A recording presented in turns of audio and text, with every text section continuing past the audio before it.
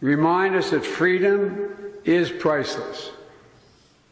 It's worth fighting for as long as it takes, and that's how long we're going to be with you, Mr. President, for as long as it takes. We'll do it. Thank you.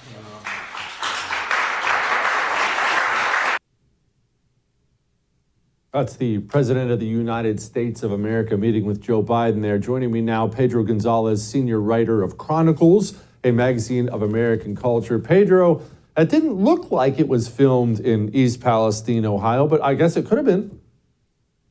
Yeah, we could all be mistaken, because from where we are standing, it sure looks like the President of the United States cares more about this obnoxious panhandler, Zelensky, and his kleptocracy than he does about the people in Middle America who are living through a waking nightmare where they don't know if it's even safe to be in their houses. They have no idea what's going on in their own backyard. They don't trust their own government, and who could blame them? And basically there is this long shadow of uncertainty that's been cast over their future. Meanwhile, President Biden is, chumming up with Zelensky. And as part of that visit, by the way, he announced a new $500 million aid package for Ukraine. It's really hard to not get the impression that the people who are running this country hate Americans. Pedro, you're so good on this stuff. So I've been waiting for you. I was waiting for this today so I could ask you this question because I can't quite process it in my mind. We have this huge disconnect between not just Democrats, it's not just Joe Biden, it's all Republicans. Basically, all the Republicans are in on this too. And I'm not even actually taking a side about the whole Russia-Ukraine thing, but this is not anything that's on any American's top 5 list. Nobody. Everyone has different concerns in this country. Yet it appears to be priority one for both parties. Mitch McConnell, there's nothing more important. Joe Biden, hey, here's another $1 trillion or two. How do we get to a place as a country where neither political party cares about what the people want at all? I think it's this really noxious confluence of ideology and interests. And what I mean by that, by ideology, is that it's basically this belief that America has a kind of moral obligation to be the world police, but that comes obviously, as we all know now, at the expense of America itself, the real place that's home to flesh and blood people like the ones in East Palestine, Ohio. That is the cost of the American empire, is the republic itself. I mean, this is nothing new.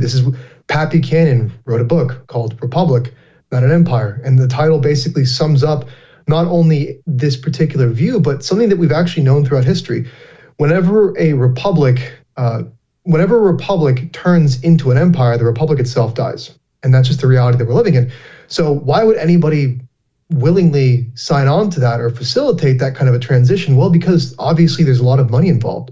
There's a whole lot of money involved in this empire, whether we're talking about defense contractors or the nexus of international money laundering, which is the Ukrainian government, which, until recently, the entire world understood to be extremely corrupt and just kind of a black hole for various shady personalities. It was the Wall Street Journal published an analysis in 2015, and they found that one of the top sources of foreign contributions to the Clinton Foundation was from, surprise, Ukraine. This was all known until recently, but again, the interests of the American empire subordinate that reality, and it all comes at the expense of the real flesh and blood American people. But if I'm a Senator Jerkwater, and I need to get reelected, I need the people of my state to vote for me. So why do I spend so much time talking about an issue they don't care about at all? Is it simply they're not worried about the American people rejecting them? I think you're getting at something really important and really difficult, because you're right. We continue to reelect people like Mitch McConnell, who said more than once, I think, that Ukraine is the most important thing going on in the world right now. We continue to reelect people like Lindsey Graham, who after Ukraine and Russia signed a ceasefire, a set of ceasefire agreements called the Minsk Accords. You have Lindsey Graham saying basically that the United States is going to encourage and enable Ukraine to violate this ceasefire 1 year after it's been signed as part of a proxy war against Russia. And yet he gets reelected. And I think there's a real problem here, which is that we don't seem to care enough. And that's why these people stay in power. And on the other hand, they have political machines that are really, really powerful. I mean, Republicans are good at one thing more than anything else, and that's keeping themselves in power with their political machines. Think back to the midterms with the political machine around Kevin McCarthy actually attacking America First candidates like Anthony Sabatini in Florida and Joe Kent. That's right, and Washington, right? They're really good at protecting themselves and keeping themselves in office. But again, it comes down to us. I mean, at the end of the day, it's on us to get rid of these guys.